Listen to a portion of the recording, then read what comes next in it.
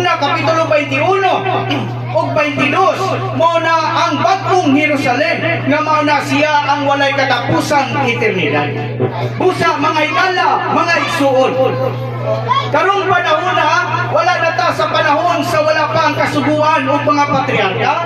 Wala na usab na sa panahon sa kasuguan, kundi naanata sa panahon sa grasya o panahon sa iglesia.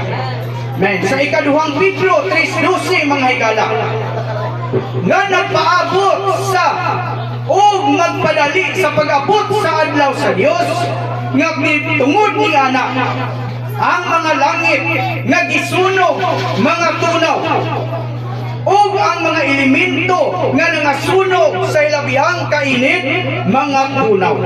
Pagpakita nga dunay dimensyon sa ikaduhang Pedro 3:12 mga higala, mga igsuon, sa adlaw sa Dios. Unsa maning adlaw sa Dios?